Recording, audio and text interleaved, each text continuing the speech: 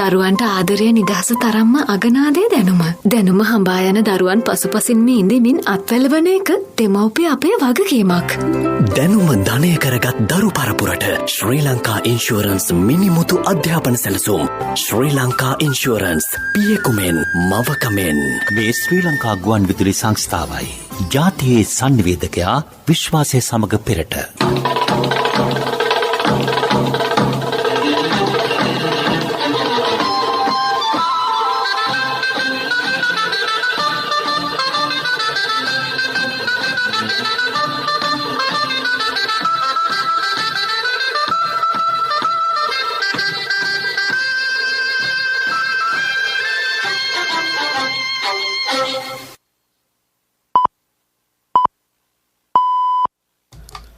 දොළහයි 45 මේ ශ්‍රී ලංකා ගුවන් විදුලි සංස්ථාවයි. මෙන්න ප්‍රවෘත්ති. සංස්කරණය මොහාන් පෙරේරා, ප්‍රකාශය ඥානින්ද පෙරේරා. අපවත් වී වදාළ අතිපූජ්‍ය ආචාර්ය වැලමිටියාවේ කුසල ධම්ම නායක ස්වාමින් වහන්සේගේ ශ්‍රී දේහය රැගත් රිය පෙරහැර පෑලියගොඩ විද්‍යාලංකාර මහා පිරිවෙනෙන් පිටත් වෙයි. ආදාහන පූජෝත්සවය පස්සරුවේ නිදහස් චතුරස්‍රයේදී.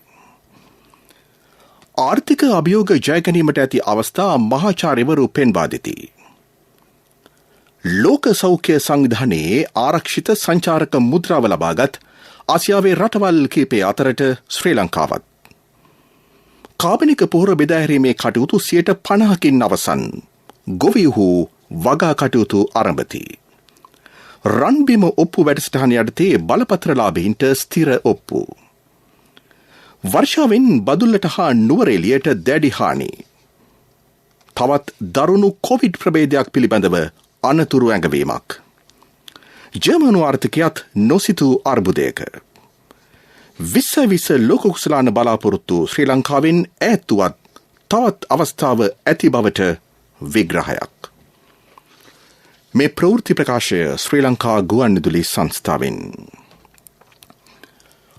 අපවත් වී වදාළ අතිපූජ්‍ය ආචාර්ය වැලමිටියාවේ කුසල ධම්ම නායක ස්වාමින් වහන්සේගේ ශ්‍රී දේහය පිළිබඳ ආදාහන පූජෝත්සවය අද පසුරුවේ කොළඹ නිදහස් චතුරස්‍ර පරිශ්‍රයේදී සිදු කරේ.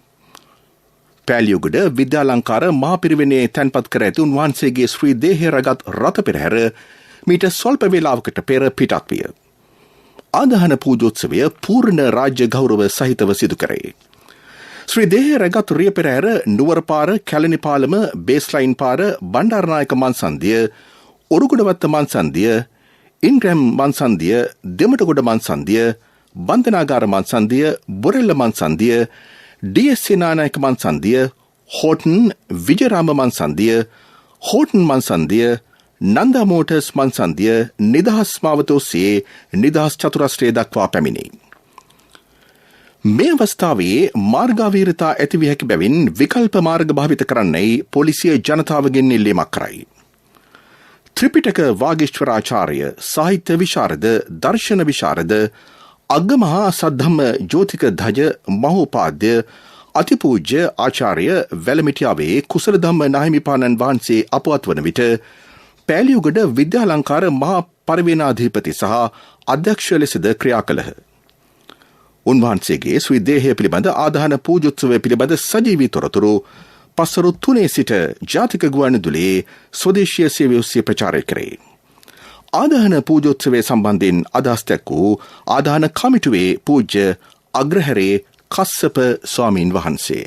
අපෝතියදාල වැලමිටියාවේ කුසල ධම්ම නායක හාමුදුරන්ගේ ආදාහන කටයුතු පූර්ණ රාජ්‍ය ගෞරව සහිතව කොළඹ නිදහස් චතුරස්‍රයේදී පැවැත්වීමට කටයුතු සූදානම් කරලා තියෙන්නේ. ඒ අනුව දැන් පෙරහැර පෑලියගොඩ විද්‍යාලංකාරයේ සිට ආරම්භ කරලා කොළඹ නිදහස් චතුරස්‍රය දක්වා ඊට පස්සේ හවස 2:30 පමණ වෙනකොට නිදහස් චතුරස්‍රයේදී ආගමික කටයුතු ආරම්භ වෙනවා. ආරම්භ කරලා එතෙන්ට සෛනිකායික මහානායක ස්වාමීන් වහන්සේලා ඇතුළු ස්වාමීන් වහන්සේලා විශාල ප්‍රමාණයක් සහභාගී වීමට නියමිතයි. ඒ වගේම උන්වහන්සේට දක්වන්න පුළුවන් ඉහළම ගෞරවය ලබා දීලා ඒ කටයුතු සිදු කරන්නට බලාපොරොත්තු වෙනවා.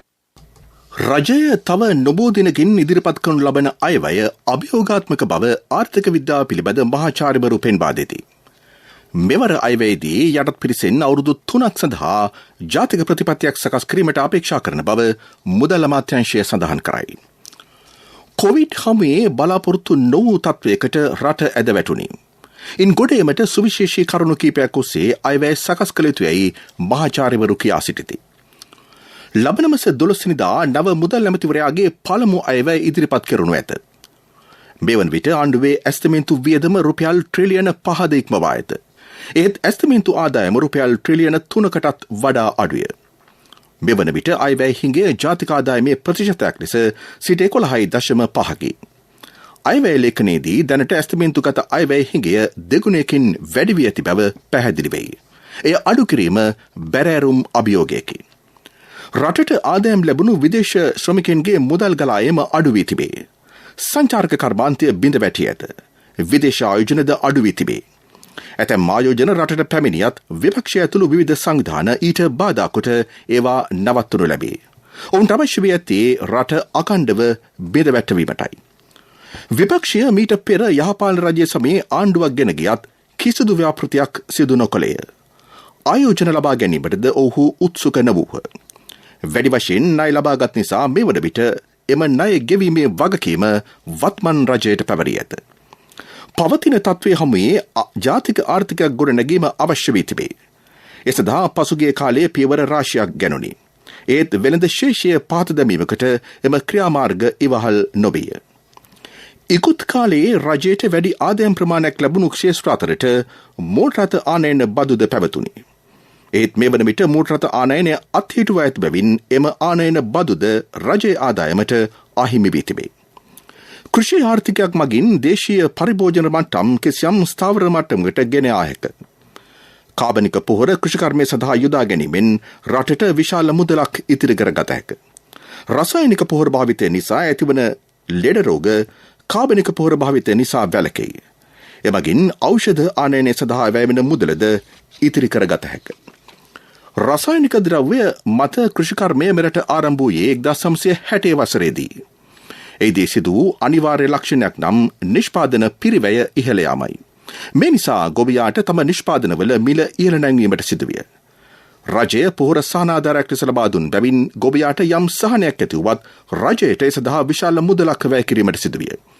ගොවියා සමග කෘෂි බලධාරීන් නිසි සංවාදයක් ඇති කරගතහොත් මෙරට කෘෂිකර්මාන්තයේ ගුණාත්මක භාවය සහ පිරිවැය අඩු කර ගැනීමට හැකියාව ලැබෙනු ඇත. ඊට ගැළපෙන ප්‍රතිපත්ති අයවැය ලේඛනයේ ඇතුළත් වනු ඇතැයි විශ්වාස කරේ. ඉකුත් කාලයේ රජයේ සහන වැඩිපුර ලැබී ඇත්තේ විශාල පරිමාණයේ සමාගම්වලටයි. සුළු පරිමාණ නිෂ්පාදකයන්ට දෙම සහන ලැබේ නම් නිෂ්පාදනය තවත් ඉහළ යනු ඇත. ඉකුත් කාලයේදී කොවිඩ් එන්නත් ආනයනයට රජයට විශාල මුදලක් වැය විය. ඉදිරියේදී තවත් මාත්‍රා ලබා දීමට සිදු වුවොත් ඒ සඳහාද මුදල් වෙන් කිරීමට රජයට සිදු වෙයි. ලබන වසරේදී 5% වැඩි ආර්ථික වර්ධන වේගයක් අපේක්ෂා කරේ. ඒ සඳහා සංචාරක කර්මාන්තයේ වැනි ඩොලර් වැඩිපුර රටට ලැබෙන ව්‍යාපෘති දිරිමත් කිරීම අත්‍යවශ්‍ය වෙයි. ශ්‍රී ලංකාව ආරක්ෂිත සංචාරක මුද්‍රාව ලබාගත් ආසියාවේ පළමු රටවල් කීපය අතරට එක් වෙයි. කොරෝනා තත්ත්වය නිසා සංචාරක කර්මාන්තය සම්පූර්ණයෙන්ම අඩපණ විය. එහෙත් මෙවර විට යම් පිබිදීමක් හටගෙන ඇතැයි සංචාරක ක්ෂේත්‍රයේ ප්‍රවීණෝ පෙන්වා දෙති. ගෙවුණු සති කීපයේදී 20000කට වැඩි සංචාරක පිරිසක් මෙරටට පැමිණියහ. එය සතුටු විය හැකි තත්ත්වයක් නොවුනත් ලබන මාස වන විට එහි තවත් වර්ධනයක් බලාපොරොත්තු වෙයි.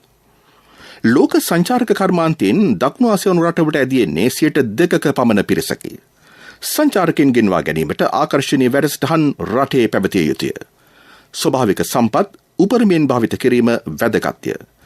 දේශීය ආයුර්වේදය, බුදුදහම, කෘෂිකර්මය, කාබනික වගාව, සොඳුරු දර්ශන, දේශීය කර්මාන්ත ඊට ඈඳාගත හැක.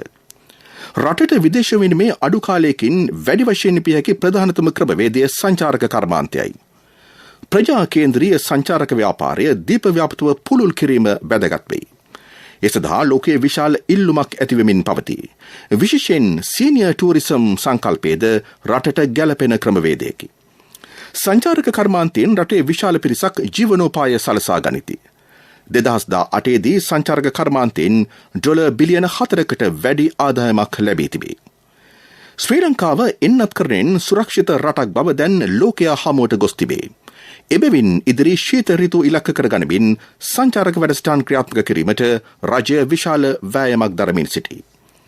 සංචාරකින්ට අවශ්‍ය වන්නේ නිදහසේ කටයුතු කිරීමටයි.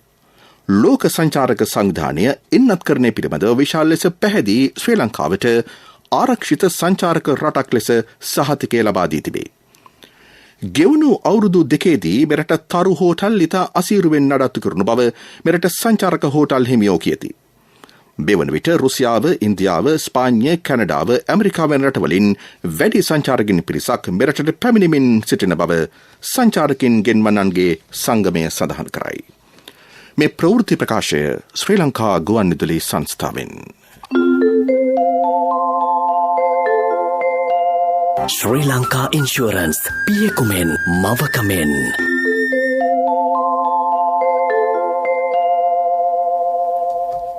මහකන්නය සඳහා පරිසර හිතකාමී පොහොර බෙදා හැරීම දැන් සාර්ථකව සිදුවන බව ලංකා පොහොර සමාගමේ සාමාන්‍ය අධිකාරී ප්‍රියන්ත පෙරේරා මහතා පවසයි.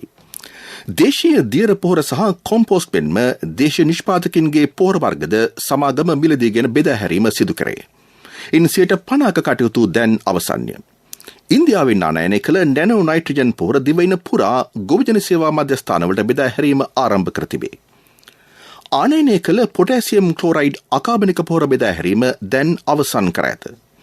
ඉදිරි සති කිහිපයේදී තවත් නැනෝ නයිට්‍රජන් පොහොර තොගයක් මෙරටට ලැබීමට නියමිතයි. මහකන්නය සඳහා ගොවිහු දැන් වගා කටයුතු ආරම්භ කරමින් සිටිති. ත්‍රිකුණාමලය දිස්ත්‍රික්කයේ ගොවියන්ගෙන් වැඩි පිරිසක් වීවගාව සඳහා බිම් සකස් කරන බව ත්‍රිකුණාමලය දිස්ත්‍රික් ලේකම් සමන් දර්ශන පාණ්ඩිකෝරාල මහතා කීවේ. වැසි ජලයෙන් වගා කරන කුඹුරුවල වීවගා කර අවසන්ය. වගා කටයුතු සඳහා අවශ්‍ය කොම්පෝස්ට් පොහොර මෙට්‍රික් ටොන් 1500ක් පමණ සහ නයිට්‍රජන් දියර පොහොරද දිස්ත්‍රික්කයට ලැබී ඇතැයි ඔහු කියා සිටී. ඉදිරි සතියේදී දිස්ත්‍රික්කයට අවශ්‍ය සියලු කාබනික පොහොර ලැබීමට නියමිතය. විවිධ පුද්ගලයන් හා සංවිධාන කාබනික වගාව පිළිබඳව අසත්‍ය ප්‍රචාර සිදු කරයි. ඒවාට නොරවටි තම ගොවිතැන්වලට යොමු වන්නැයි දිස්ත්‍රික් ලේකම්වරයා සියලු ගොවි මහතුන්ගෙන් ඉල්ලා සිටී. ගොයින්ට ඇත්තට මේ කාබනික පොහොර සංස්කෘතිය මම හිතන්නේ අපේ ජනාධිපති ගෝඨාභය රාජපක්ෂ මහත්මයා මගේ මැදිවන ප්‍රකාශයෙන් දීපු පොරොන්දුවක්. මේක ඉස්සර ගොවි ජනතාවත් ඉල්ලපු දෙයක් තමයි මේ දීලා තියෙන්නේ. දැන් මේක දෙන්න ගියාට පස්සේ තමයි මේ විවිධ පාර්ශ්වයන්ගේ බලපෑම මත මේක මේ වෙලා තියෙන්නේ. මේක අභියෝගයක් අපට. ගොවින්ට තියෙන්නේ ඇත්තට මේ අභියෝගේ බාර අරගෙන කුමරට ගිහිල්ලා වගා කරන්න. යා පාඩුවක් වුණොත් කන්නේ පාඩුවක් වුණොත් ඒක අධිකාරී ජනාධිපතිතුමා පාඩුව මකා ගන්න අවශ්‍ය වැඩ පිළිවෙල කරනවා කියලා පොරොන්දු දෙලා. ඒ නිසා කිසිම බයක් වෙන්න එපා මේ අවස්ථාවේදී ගොවි ජනතාව කුමරට ගිහිල්ලා තමන්ගේ වැඩ කටයුතු කරගෙන යන්න වෙන පාර්ශ්වයන් කියන දේවල් අහුම්කම් නොදී. පසුගිය දිනවල අධික වර්ෂාවත් සමග ඇති වූ සුළං හේතුවෙන් බදුල්ල දිස්ත්‍රික්කයේ පවුල් 500ක පමණ පුද්ගලයන් 2000කට ආසන්න පිරිසක් අවතන් වී ඇති බව බදුල්ල දිස්ත්‍රික් ලේකම් දමයන්ති පරණගම මහත්මිය පවසයි. දිස්ත්‍රික්කයේ නිවාස 366කට හානි සිදු වී ඇත. එක් පුද්ගලයෙකු මිය ගොස් තිබේ. පොදු දේපල රැසකට හානි සිදු වී ඇත. බදුළුව පිටාර ගෙලීම නිසා ප්‍රදේශ රැසක් ජලයෙන් යටවිය. විශේෂයෙන් හාලියල, ඇල්ල, වැලිමඩ බදුල්ල ප්‍රාදේශීය ලේකම් කොට්ටාශවලට දැඩි හානි සිදුවිය. හානියට පත් දේපල වෙනුවෙන් ඉදිරියේදී වන්දි ලබා දෙන බව දිස්ත්‍රික් ලේකම්වරිය පැවසුවාය. ඉදිරි දින කිහිපයේදීත් එම ප්‍රදේශවලට වැසි පවතිනු ඇත.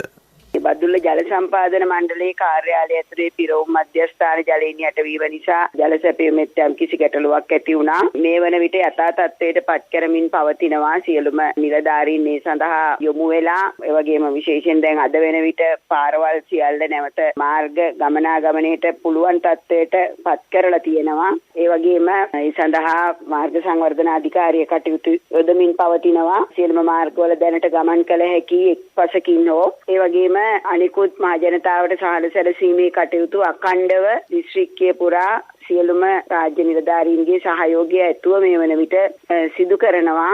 අද දවස වන විට යහපත් කාලගුණික තත්ත්වයක් බදුල්ල දිස්ත්‍රික්කයේ දකින්න ලැබෙනවා. ඒ අනුව ජනතාව නැවත අදාළ තමන්ගේ නිවෙස්වල පදිංචි කිරීමේ කටයුතු මේ වන විට සිදු කරනවා. පස්කඳු කඩා වැටි අවහිරවියේ තිබූ මාර්ගවල එම අවහිරතා සියල්ල දැන් ඉවත් කර ඇත. දිස්ත්‍රික්කයේ ජල සම්පාදන මණ්ඩලයේ ජල පිරවුම් ස්ථානද ජලයෙන් යටවීම නිසා ප්‍රදේශයට ජල සැපයුමද අඩාල වී ඇත. නුවරඑළිය දිස්ත්‍රික්කයේ කෙසෙල්ගමු ඔයද පිටාර ගලා පහත් බිම් ජලයෙන් යටවිය. ඉහළ කොත්මලේ ලක්ෂපාන සහ දැදුරොය පිටාර මට්ටමට පැමිණ ඇත. ඒවායින් වානතුරුටද විවෘත කර තිබේ. වික්ටෝරියා ජලාශයේ වානතුරුටු දෙකක් අද අලුයම විවෘත කෙරුණි. එම ජලාශයෙන් විදුලි උත්පාදනයද දැන් උපරිම මට්ටමින් සිදු කරේ. නුවරඑළිය අවතැන් වූ ජනතාවට පිසු ආහාර ඇතුළු අවශ්‍යතා ලබා දීම දැන් සිදු කරන බව දිස්ත්‍රික් ලේකම් නන්දන ගලබඩ මහතා සඳහන් කළේය. රාජාංගනයේ ජලාශයේ වානතුරුටු 8ක් හා අංගමුව ජලාශයේ වානතුරුටු 2ක් විවෘත කරේ. මේ නිසා කලා ඔය සහ ලුණු ඔය අවට පහත් බිමල ජනතාවට අවධානයෙන් සිටින්නයි ජලාශය භාර ඉංජිනේරුවරයා අවධාරණය කරයි. සමාජ මාධ්‍ය මගින් දරුවන්ට සිදුවන නීති විරෝධී කටයුතු වැළැක්වීමට පවතින පනත් යාවත්කාලින කරන බව ජනාධිපති නීතිඥ UR ද සිල්වා මහතා පවසයි. එවැනි වැරදි සිදු කරන්නන්ට එරෙහිව දැඩිව නීති ක්‍රියාත්මක කරේ.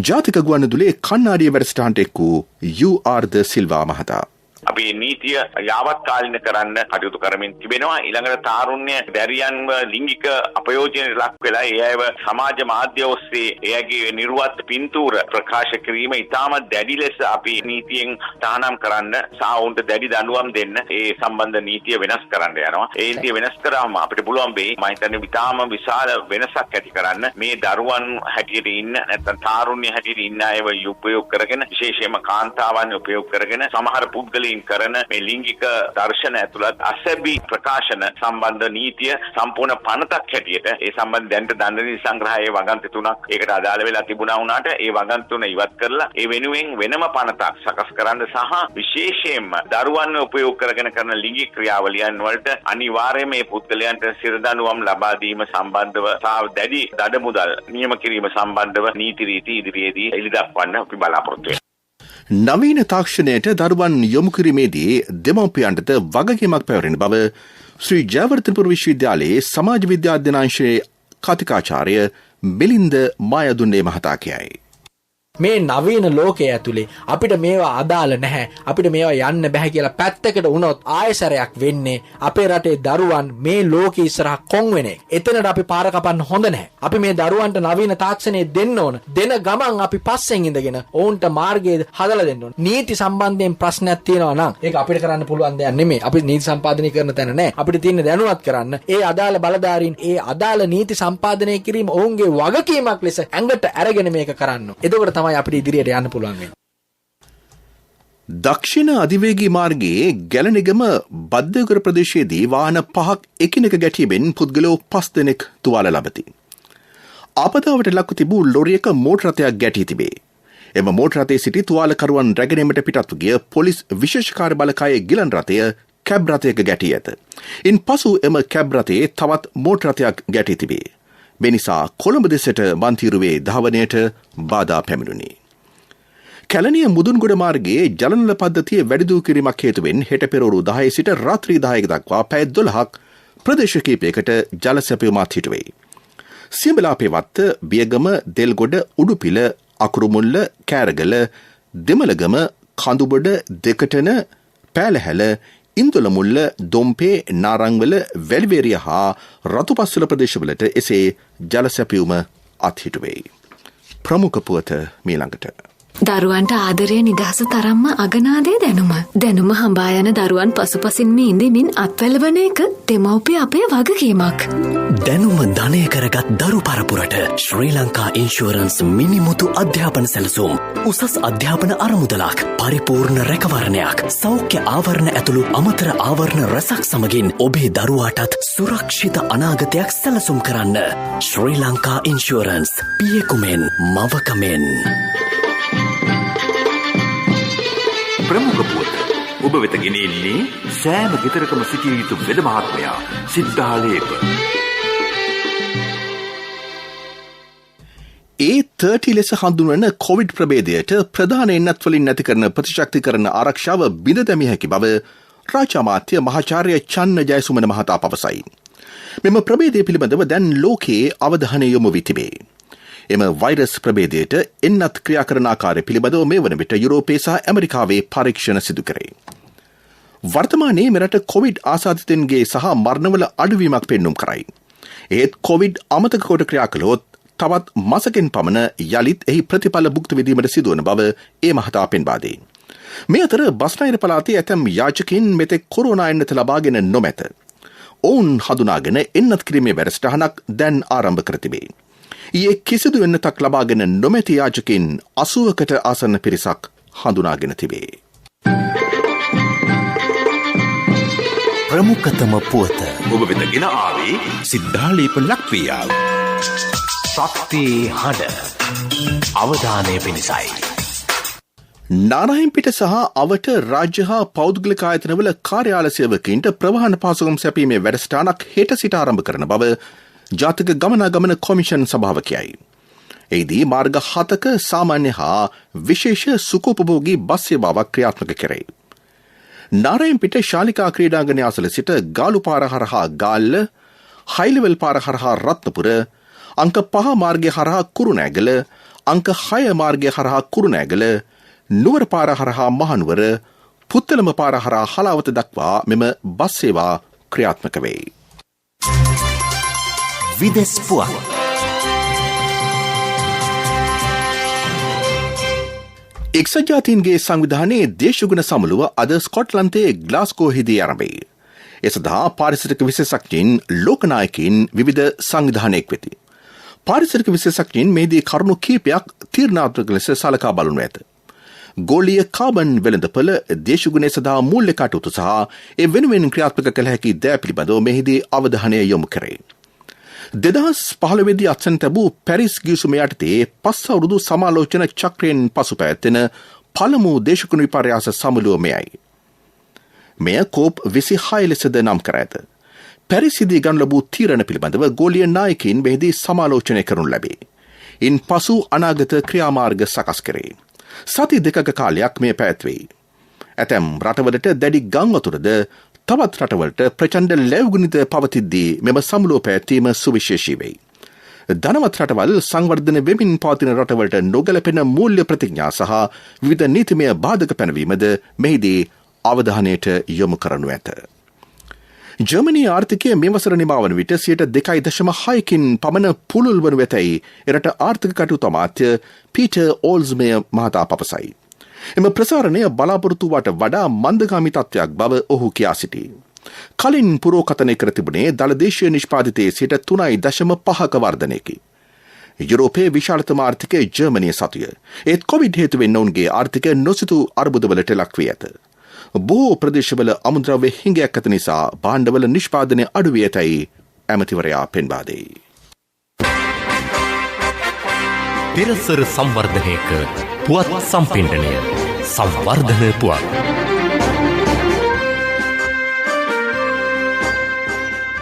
රජයේ ඉඩම් රැසක් මේ වන විට විවිධ සංවර්ධන කටයුතු සඳහා යොදාගෙන තිබේ. විශේෂයෙන් ඉඩම් කොමසාරස් ජනරාල් ප්‍රාදේශීය ලේකම්වරුන් හරහා රජයේ ඉඩම් වාර්ෂික බදු ක්‍රමයක් යටතේ කෘෂිකාර්මික හා වාණිජ කටයුතු සඳහා ලබා දී ඇත. ඒවා ලබා දී ඇත්තේ බදු බලපත්‍රයක් යටතේය. ඉඩම් ලැබූ තැනැත්තා රජයට බදු ගෙවන බදුකරුවෙකුය. රන්පිම ඔප්පු වැඩසටහන යටතේ මෙතෙක් එලෙස බදු ගෙවූ අයට බලපත්‍රය වෙනුවට ඔප්පුවක් ලබා දීම සිදු කරන බව ඉඩම් අමාත්‍යාංශ ලේකම් අමිත කිස්සිරි රණවක මහතා පවසයි. ඒ අනුව එම පිරිස් ඉඩම් අයිතිකරුවෝ බවට පත්වෙති. එමෙන්ම ඉඩම් නිරවුල් කිරීමේ දෙපාර්තමේන්තුව පුද්ගලික ඉඩම් සඳහා බිම් සවිය වැඩසටහන ක්‍රියාත්මක කරන බව ඔහු ජාතික ගුවන්විදුලියේ සුභාරතී සංවාද මණ්ඩපයට එක්වෙමින් කීවේය. මෙතෙක්කල් තමන් බදු ගෙවමින් සිටි ඉඩම දීමනා පත්‍රයක් හැටියට එහෙම නැත්නම් ඔප්පුවක් වශයෙන් ඒ තැනැත්තන්ට අතිගරු ජනාධිපතිතුමාගේ අත්සනින් ලබා දෙනවා. බලපත්‍රය වෙනුවට ඔප්පුවක් ලබා දෙනවා. නිශ්චිත හිමිකමක්. එතකොට එතෙන්දී ඒ දෙකේ වෙනස බදුකරුවයි අයිතිකරුවයි කියන දෙක අතර වෙනස. ඒ අයිතිය තමන්ට ලැබුණාම තමන්ගේ ඥාතීන්ට, ලේ ඥාතීන්ට, ඒ වගේ මේ පැවතෙන්නන්ට තමන්ගෙන් පස්සේ ඒ ඉඩම බෙදලා දෙන්න පුළුවන්. ඒ වගේම බැංකුවකින් ණයක් ලබාගෙන තමන්ගේ ඉඩම සංවර්ධනය කරගන්න පුළුවන්. ඒ වගේ තමන්ට ඉඩමක අයිතිකරුවෙක් විදිහට කරගත හැකි සියලුම දේවල් කරන්න පුළුවන්. ක්‍රීඩා පුවත්. ඕවර් 20 ලෝක කුසලාන ක්‍රිකට් තරඟාවලියේ කුසලානය දිනා ගැනීමේ ශ්‍රී ලංකා බලාපොරොත්තු මෙවන විට යම් තාක් ඈත් වී තිබේ. ඒත් ශ්‍රී ලංකාවට ලකුණු ලබා ගැනීමේ දලවේගයෙන් නොමැතිව අවසන් පූර්ව වටේට යාමේ හැකියාවක් පවතී. එහිදී ශ්‍රී ලංකාපිල හෙට පැවැත්වෙන එංගලන්තයේ සමග තරගයත් ඉන් පසු පැවැත්වෙන කොදිව් තරගයත් අනිවාර්යෙන්ම ජයග්‍රහණය කළ යුතු වෙයි. එමෙන්ම සෙසු තරගවල ප්‍රතිඵලද ඊට බලපානු ඇත. එහිදී එංගලන්තයේ අනිවාර්යෙන්ම දකුණු අප්‍රිකාව පරාජය කළ යුතුය. ඔස්ට්‍රේලියානු කණ්ඩායමද ඉදිරි තරග දෙකෙන් පරාජය විය යුතු වෙයි. බංග්ලාදේශය අනිවාර්යෙන්ම දකුණු අප්‍රිකාව පරාජයට පත් කිරීමද අවශ්‍ය වෙයි. ඒ ආකාරයට සුපර් 12 වටේ නිමා වුවහොත් ශ්‍රී ලංකා කණ්ඩායමට අවසන් පූර්ව වටේට ලකුණු ලබා ගැනීමේ වේගය නොමැතිව සුදුසුකම් ලබාගත හැක. මෙවන විට ශ්‍රී ලංකාව සිටින ඒ කොටසේ ඉදිරියෙන්ම සිටින්නේ එංගලන්තයයි. ඔවුන් සහභාගී වූ තරඟ 3ම ජයගෙන ඇත. දෙවන ස්ථානයට දකුණු අප්‍රිකාව පත්වී සිටී. ශ්‍රී ලංකාව ඊයේ තරඟයේ ජයගත්තේ නම් දෙවන ස්ථානයට ඔවුන් පත්වනු ඇත. තුන්වෙනි ස්ථානයේ ඔස්ට්‍රේලියාව සිටින අතර සිව්වෙනි ස්ථානයේ ශ්‍රී ලංකාව සිටී. ඊයේ එංගලන්තය සමග තරඟයේදී ලැබූ පරාජය නිසා ඔස්ට්‍රේලියානු ශුද්ධ ලකුණු ලබා ගැනීමේ වේගය අඩු විය. එය ශ්‍රී ලංකාවට වාසියකි. මේ අතර තරඟාවලියේ තවත් තරඟ දෙකක් අද පැවැත්වෙයි. එහිදී ඇෆ්ගනිස්තානයේ නැමීබියාව සමගත් ඉන්දියාව නවසීලන්තයේ සමගත් තරඟවදී. ඇෆ්ගනිස්තානු කණ්ඩායමේ හිටපු නායක අස්ක ඇෆ්ගන් ක්‍රිකට් ක්‍රීඩාවෙන් සමුගැනීම තීරණය කර ඇත. ඒ අනුව ඔහු සහභාගී වන අවසන් ජාත්‍යන්තර ක්‍රිකට් තරඟය අද පැවැත්වෙයි. මෙතෙක් ඇෆ්ගනිස්තානයේ මෙහෙබූ හොඳම නායකයා ලෙස ඔහු හැඳින්විය හැකි බව ජාත්‍යන්තර විචාරකයෝ කියති. කොළඹ සුගතදහස ක්‍රීඩාංගණයේ පැවැත්වෙන ජාතික මල්ල ක්‍රීඩා ශූරතාවලියේ අද පෙරවරුවේ පැවති තරඟයකදී නව ශ්‍රී ලංකා වාර්තාවක් පිටවීමට මීට 5000 කාන්තා ඉසව්වට තරඟ වැදුණු ගයන්තිකා අබේරත්න සමත් වූවාය. ඇය තරඟය අවසන් කළේ මිනිත්තු 15යි තත්පර 55.84කිනි. මීට පෙර වාර්තාව තබා තිබුණේ හිරුනි විජේරත්නයි. 2019දී ඇය වාර්තා කළ කාලය වූයේ මිනිත්තු 16යි තත්පර 17.51කි. ව්‍යාපාරික පුවත් ඔබ වෙත ගෙන එන්නේ NSB සල්ලි එහෙන් තෑගි මෙහෙන් ස්වර්ණ ජයන්ති වාසනා ජයග්‍රාහකයා ඔබද. ඇමරිකානු කොටස් සූමාරුවේ ලෑස්තුගත ඇපල් සමාගමේ කොටස් වටිනාකම 2%කින් පහළ යාමත් සමග ඊයේ ලොව වඩාත්ම වටිනාකම ඇති සමාගම බවට මයික්‍රොසොෆ්ට් පත්විය. ගෝලීය සැපයුම් දාමය තුළ පවතින ගැටලු හේතුවෙන් ඇපල් සමාගමේ නිෂ්පාදන වෙත බලපෑම් ඇති වී තිබේ. මේ නිසා ඇපල් සමාගමට මෙම මුල්‍ය වර්ෂයේ සිව්වන කාර්තුව වන විට ඩොලර් බිලියන 6ක පමණ අලාභයක් සිදුව ඇත. ඊයේ ඇමරිකානු කොටස් සූමාරුවේදී ඇපල් සමාගමේ කොටසක වටිනාකම 1.8කින් පහළ ගියේය. ඒත් මයික්‍රොසොෆ්ට් සමාගමේ කොටස් අගයන් 2.2කින් ඉහළ ගියේය. ලොව වටිනාම සමාගම ලෙස කාලාන්තරයක් පැවතියේ මයික්‍රොසොෆ්ට්ය. ඒත් එම සමාගම දෙවන ස්ථානයට පත් කරමින් ඇපල් සමාගම ප්‍රථම ස්ථානයට පත් වූයේ 2010 වසරේදීය. ව්‍යාපාරික පුවත් ඔබ වෙත ගෙනාවේ NSB සල්ලි එහෙන් තෑගි මෙහෙන් ස්වර්ණ ජයන්ති වාසනා ජයග්‍රාහකයා ඔබද. NSB ස්වර්ණ ජයන්තිය වෙනුවෙන් සුපිරි ජයග්‍රාහකයාට රන් පවුන් 50ක්, දෙවැනි ජයග්‍රාහකින් 10 දෙනාට ස්කූටර්, දෙවැනි ජයග්‍රාහකින් 10 දෙනාට iPhone, සිව්වැනි ජයග්‍රාහකින් 29 දෙනාට මවුන්ටන් බයික් 2021 ඔක්තෝබර් 1 වෙනිදා සිට 2022 සැප්තැම්බර් 30 දක්වා NSB U Trust හා අවමය මාසිකව ඇමරිකානු ඩොලර් 100ක් හෝ ඊට සමාන ඕනෑම විදේශ මුදලක් මාස 6ක් නොකඩවා එවන්න. ආර්ථික පුවත් ආවරණය යුතුකම් වගකීම් එක්ක සල්ලි ඉතුරු කරන්න ලේසි නෑ. ඔබේ ස්ථාවර තැන්පතට ආකර්ශනීය පොලියක් හා ආරක්ෂාවක් දෙන්න අපි පොරොන්දු වෙන්නේ ඒකයි. LOLC Finance ස්ථාවර තැන්පතු ඉතිරිය උතුරන්න. 2001 දෙසැම්බර් 13 වෙනි දින නීතිගත කරන ලද LOLC Finance PLC ICRA Lanka limited වෙතින් SLA ස්ථාවර ශ්‍රේණිය ලබා ඇත. 2011 අංක 42 දරන මුදල් ව්‍යාපාර පනත යටතේ ශ්‍රී ලංකා මහ බැංකුවේ මුදල් මණ්ඩලය වෙතින් බලපත්‍රලාභී මුදල් සමාගමකි. මෙවර තුන්වැනි කන්නේ වලව මහවිලි සංවර්ධන කලාපයේ ගොවීන් සිදු කළ කුපුරු යායවල මුං ඇට වගාවෙන් සාරවත් අස්වැන්නක් ලැබෙමින් පවතී. යලකන්නේ වියස්සන නෙලා ගැනීමෙන් පසු එම කුඹුරු යායවල මුං ඇට වගා කෙරුණි. මාස 2ක් වැනි කෙටි කාලයකින් මුං අස්වැන්න නෙලීම ආරම්භ කර ඇත. අක්කරයකින් මුං කිලෝග්‍රෑම් 500ක පමණ අස්වනු ලැබී තිබේ. මුං ඇට කිලෝවක් වෙළඳුන් රුපියල් 455කට මිලට ගන්නා බව ගොවීහු කියති. වලව කලාපයේ අක්කර 4000ක මෙලෙස මුං වගා කර තිබේ. මෙම මුං ඇට වගාව නිසා එම කුඹුරුවලට වටිනා ස්වභාවික පෝර ලැබුණු බව වලව මහවිල කලාප කෘෂිකර්ම නියෝජ්‍ය කළමනාකාර චේතනා ක්‍රිෂාන්ති මහත්මියද පවසයි.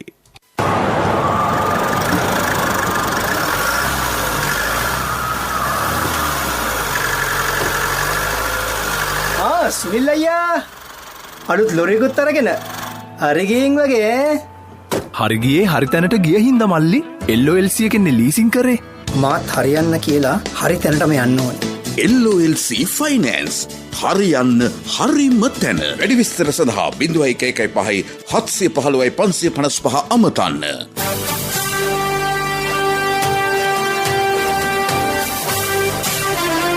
කාලගුණ වාර්තාව ඔබ වෙත ගෙන එන්නේ ඩයලොග් සහ අධ්‍යාපන අමාත්‍යාංශය එක්ව හඳුන්වා දෙන නැනස මොබයිල් ඇප් එක මගින් එක ශ්‍රේණියේ සිට අපොස උසස් පෙළ දක්වා සෙසුන්ට ඔන්ලයින් ඉගෙන ගන්න අවස්ථාවක්. විෂය නිර්දේශය තුළ ඇතුළත් සියලුම පාඩම් සිංහල, දෙමළ සහ ඉංග්‍රීසි භාෂා ත්‍රිත්වයෙන්ම වීඩියෝ පාඩම්ද සහිතයි. දැන් ඔබේ දරුවාට ඔබේ මොබයිල් එකෙන් සබ්ස්ක්‍රිප්ෂන් ගාස්තු නැතිව පහසුවෙන් ඉගෙනුම් කටයුතු වල නිරත වීමට අදම Google Play Store, App Store, Huawei Store හෝ Windows හරහා නැනස මොබයිල් ඇප් එක ඩවුන්ලෝඩ් කරගන්න. ඩයලොග් අනාගතය ආදායි.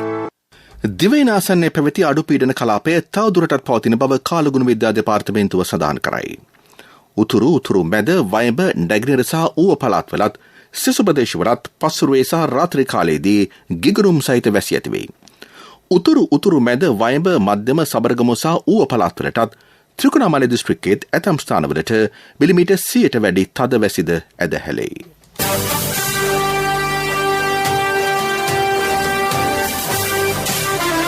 කාලගුණ වාර්තාව ඔබ වෙත ගෙන ආවේ ඩයලොග් සහ අධ්‍යාපන අමාත්‍යාංශය එක්ව හඳුන්වා දෙන නැනස මොබයිල් ඇප් එක මගින් එක ශ්‍රේණියේ සිට අපොස උසස් පෙළ දක්වා සෙසුන්ට ඔන්ලයින් ඉගෙන ගන්න අවස්ථාවක්. විෂය නිර්දේශය තුළ ඇතුළත් සියලුම පාඩම් සිංහල, දෙමළ සහ ඉංග්‍රීසි භාෂා ත්‍රිත්වයෙන්ම වීඩියෝ පාඩම්ද සහිතයි. දැන් ඔබේ දරුවාට ඔබේ මොබයිල් එකෙන් සබ්ස්ක්‍රිප්ෂන් ගාස්තු නැතිව පහසුවෙන් ඉගෙනුම් කටයුතු වල නිරත වීමට අදම Google Play Store, App Store, Huawei Store හෝ Windows හරහා නැනස මොබයිල් ඇප් එක ඩවුන්ලෝඩ් කරගන්න. ඩයලොග් අනාගතය ආදායි. දිවා ප්‍රධාන ප්‍රවෘත්ති ප්‍රකාශයේ සිරස්තල දැන්වෙන්න යලිත්. අපවත් වී වදාළ අතිපූජ්‍ය ආචාර්ය වැලමිටියාවේ කුසල ධම්ම නායක ස්වාමින් වහන්සේගේ ශ්‍රී දේහරගත් රිය පෙරහැර පෑලියුගොඩ විද්‍යාලංකාර මහපිරිවෙනෙන් පිටත් වෙයි. ආදාහන පූජෝත්සවය පස්වරුවේ නිදහස් චතුරස්‍රයේදී. ආර්ථික අභියෝග ජය ගැනීමට ඇති අවස්ථා මහාචාර්යවරු පෙන්වා දෙති. ලෝක සෞඛ්‍ය සංවිධානයේ ආරක්ෂිත සංචාරක මුද්‍රාව ලබාගත් ආසියාවේ රටවල් කීපය අතරට ශ්‍රී ලංකාවත්. කාබනික පෝර බෙදාහැරීමේ කටයුතු 50%කින් අවසන්. ගොවීහු වගා කටයුතු ආරම්භති. රන්බිම ඔප්පු වැඩසටහන යටතේ බලපත්‍රලාභීන්ට ස්ථිර ඔප්පු. වර්ෂාවෙන් බදුල්ලට හා නුවර එළියට දැඩි හානි. තවත් දරුණු කොවිඩ් ප්‍රභේදයක් පිළිබඳව අනතුරු ඇඟවීමක්. ජර්මනු ආර්ථිකයත් නොසිතූ අර්බුදයක. 2020 ලෝක කුසලාන බලාපොරොත්තු ශ්‍රී ලංකාවෙන් ඈත්තුවත් තවත් අවස්ථාව ඇති බවට විග්‍රහයක්. දිවා ප්‍රධාන ප්‍රවෘත්තියින් සමාප්තයි. අපගේ මෙම ප්‍රවෘත්ති ප්‍රකාශයට www.slbc.lk වෙබ් අඩවි ඔස්සේද ඔබට සවන් දිය හැකියි. ජාතික ගුවන්විදුලියේ මීළඟ ප්‍රධාන ප්‍රවෘත්ති ප්‍රකාශය සවස 6ට.